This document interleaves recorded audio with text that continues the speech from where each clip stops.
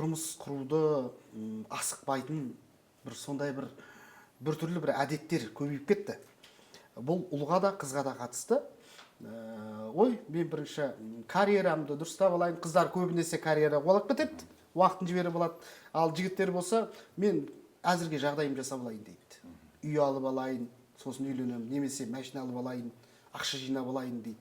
Оның барлығы сылтау, былайша айтып тұрғанда. Адамның айтқаны болмайды, Құдайдың бұйыртқаны ғана болады дейді.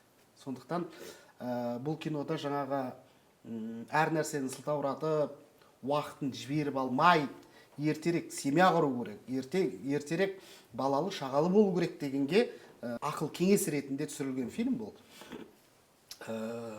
Өмірдің қызығы тек қана байлық емес, жаңағы дүние емес. Өмірдің қызығы ол өз уақытысында отбасы құрып балалы шағалы болу. Сол нәрсеге бағытта түсірілген фильм бұл.